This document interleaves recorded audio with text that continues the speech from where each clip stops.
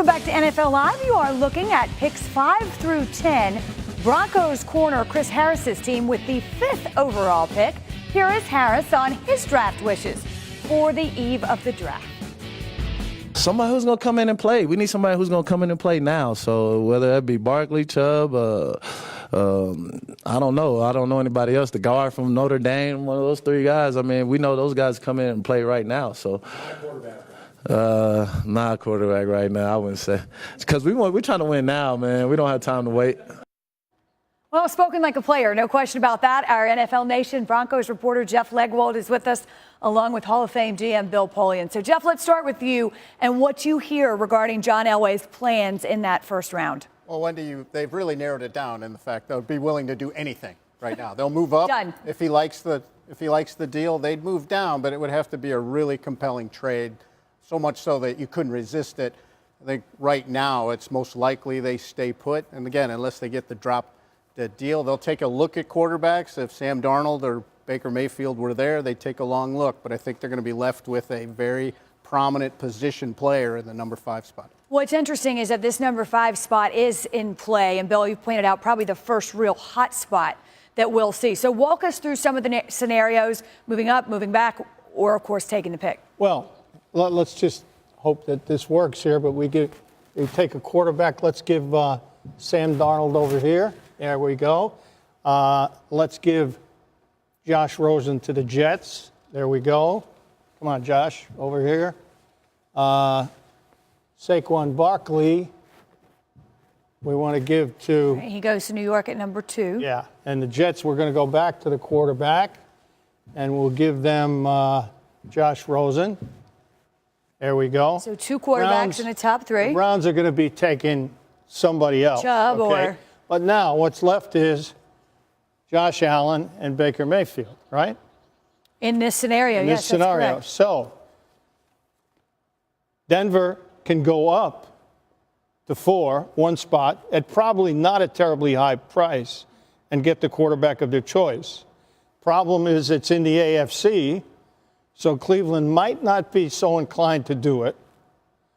Or if the quarterbacks that are left, Allen and Mayfield, do not appeal, which is possible, to Denver, which is possible, we don't know, that pick now is in play big time because there are 2 quarterbacks there.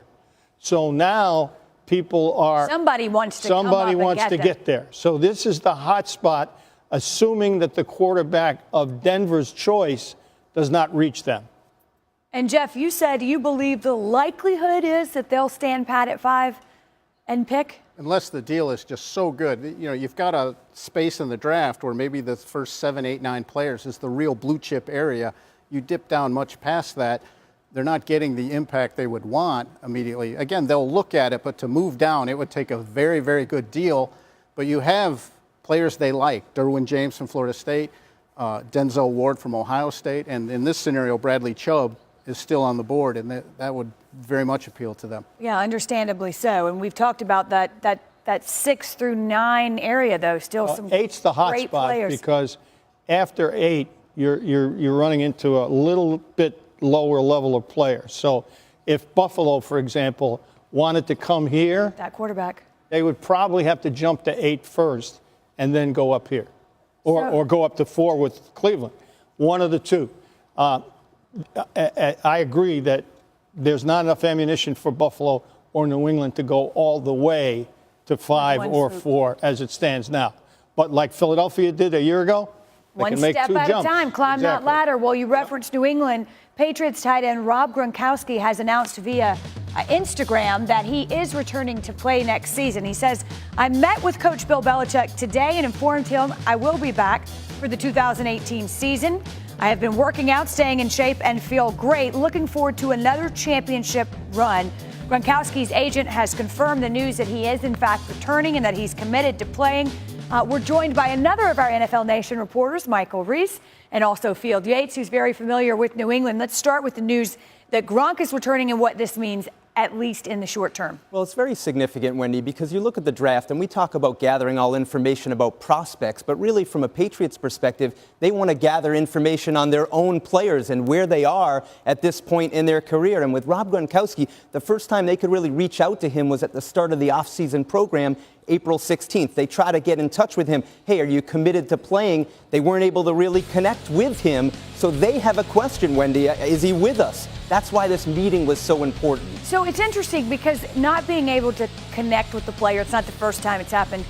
It happens. But how much consternation did that cause with this Patriots staff? Well, I would just say this, from covering this team, they want absolutes. And if they don't have absolutes, that can lead to significant changes. Richard Seymour, I think back when they traded him in 2009, that came out of nowhere. Logan Mankin, same thing. When there are things brewing behind the scenes and it's not an absolute, sometimes the team makes decisions where they move on from a player. They do. They strike first. Yeah, and Wendy, I think that, I noticed last night the reaction from a lot of people on social media, so always take that with a grain of salt, was, yeah, no kidding, Gronk is playing in 2018. Well, the point here that Mike is making is that it wasn't so black and white during one point of this offseason. They needed his commitment, and I know Mike wrote about this over the weekend. There was a bizarre press conference from Rob Gronkowski.